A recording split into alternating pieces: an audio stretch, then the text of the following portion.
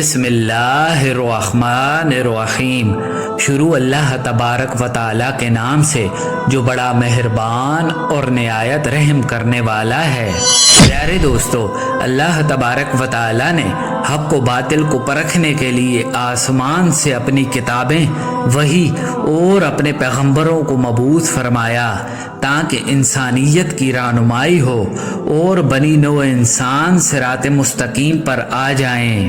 اللہ تبارک و تعالیٰ کے پیغمبر ہر وقت اپنی محنتوں اور کاوشوں کو بروئے کار لاتے ہوئے اپنی امتوں کو راہ ہدایت پر لانے کی ہر ممکن کوشش کرتے تھے۔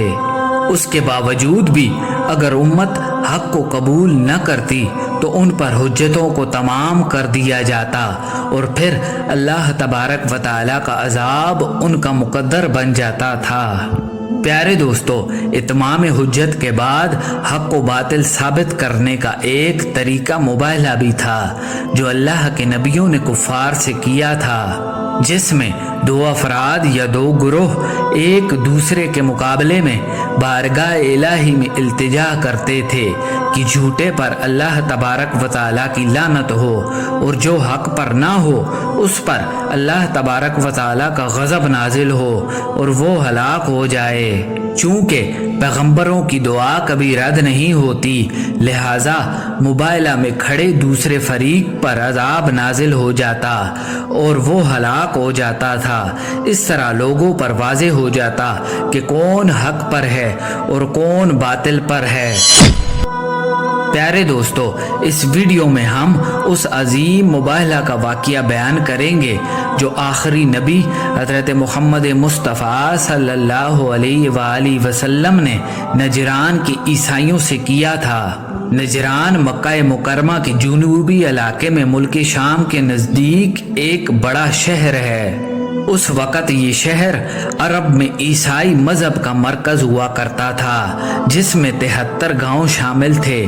جب عرب میں رسول خدا صلی اللہ علیہ وآلہ وسلم کی بعثت ہوئی اور آپ نے اسلام کی دعوت دینے کا آغاز کیا تو آپ نے عرب و عجم کے بادشاہوں اور مذہبی رہنماؤں کو خطوط بھیج کر اسلام کی دعوت دی۔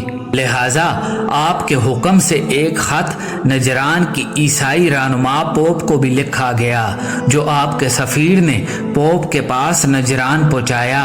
اس خط کی تحریر کچھ یوں تھی: شروع کرتا ہوں خدائے ابراہیم و یعقوب و اسحاق کے نام سے، خدا کے رسول محمد کی جانب سے نجران کے پوپ کے نام۔ میں یعنی محمد ابراہیم و اسحاق و یعقوب کے خدا کی تعریف بجا لاتا ہوں اور تمہیں بندوں کی پرستش ترک کر کے خدا کی عبادت کرنے کی دعوت دیتا ہوں، اور اگر تمہیں ہماری دعوت قبول نہیں ہے تو جزیہ دو ورنہ تمہارا انجام برا ہوگا۔ پوپ کے خط پڑھنے کے بعد تمام مذہبی شخصیات کو مشورے کے لیے بلایا۔ ان لوگوں میں ایک شخص شرجیل علم و عقل میں نہایت ہی تیز شخص تھا۔ اس نے مشورہ دیا کہ ہم نے اکثر اپنے بزرگوں سے سنا ہے کہ ایک دن منصب نبوت اسحاق کی نسل سے نکل کر اسماعیل کی اولاد میں منتقل ہو جائے گا، اور ممکن ہے کہ محمد اسماعیل ہی کی اولاد میں سے ہوں اور یہ وہی پیغمبر ہوں جن کی بشارت ہمیں دی گئی تھی۔ شرجیل کے مشورے پر نجران کے حاکم ابو حارثہ بن علقمہ کی سرپرستی میں 60 افراد پر مشتمل ایک گروہ مدینہ روانہ ہوا، جن میں انجیل کے بڑے بڑے علماء اور پوپ شامل تھے۔ وہ لوگ عصر کے بعد مدینہ پہنچے اور مسجد نبوی میں داخل ہوئے۔ عیسائیوں کے اس گروہ کا خیر مقدم کیا گیا اور رسول خدا صلی اللہ علیہ وآلہ وسلم تشریف لائے اور انہیں اسلام کی طرف دعوت دی، لیکن انہوں نے حضرت عیسیٰ علیہ السلام کے متعلق بات کرنے کو کہا۔ لہٰذا رسول خدا صلی اللہ علیہ وآلہ وسلم نے انہیں حضرت عیسیٰ علیہ السلام کے متعلق آیات سنائیں جن میں انہیں اللہ تبارک و تعالیٰ کا سچا پیغمبر اور بندہ قرار دیا گیا ہے، لیکن नजरान के पादरी ने उन आयात का इनकार कर दिया और अपना कुफरिया अकीदा तसलीस बयान किया, जिसके मुताबिक वो लोग हज़रत ईसा अलैहिस्सलाम, बीबी मरियम और अल्लाह तबारक व तआला को एक रूह और माबूद मानते थे। लिहाजा उस पर बहुत ज़्यादा बहस व तकरार हुआ, लेकिन वो अपने इस कुफरिया अकीदे पर डटे रहे। प्यारे दोस्तों, रसूल खुदा सल्लल्लाहु अलैहि वसल्लम ने उन्हें दलाइल के साथ समझाया, लेकिन उन्होंने इनकार कर दिया, यहाँ तक कि सूरह आले इमरान की आयत नाजिल हुई, ए पैगंबर, इल्म के आ जाने के बाद जो लोग तुमसे हुज्जतें मांगें उनसे कह दो कि आओ हम लोग अपने अपने फर्जंद, अपनी अपनी औरतों और अपने अपने नफ्सों को बुलाएं और फिर खुदा की बारगाह में दुआ करें कि झूठों पर अल्लाह तबारक व तआला की लानत हो। ये आयत मुबाहला के नाम से जानी जाती है।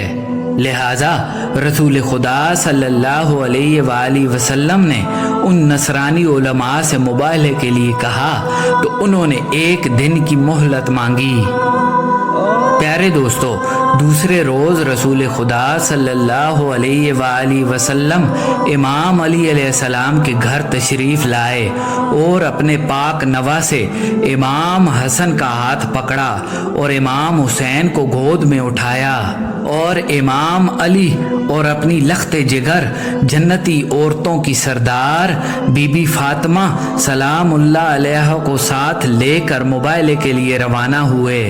जब आप अपने अहले बैत के साथ मदीना से बाहर एक खुले मैदान में तशरीफ़ लाए तो ईसाइयों ने जब रसूल खुदा और आपकी अहले बैत को देखा, अपने सरबराह अबू आरसा से पूछा कि ये लोग कौन हैं जो मोहम्मद के साथ आए हैं।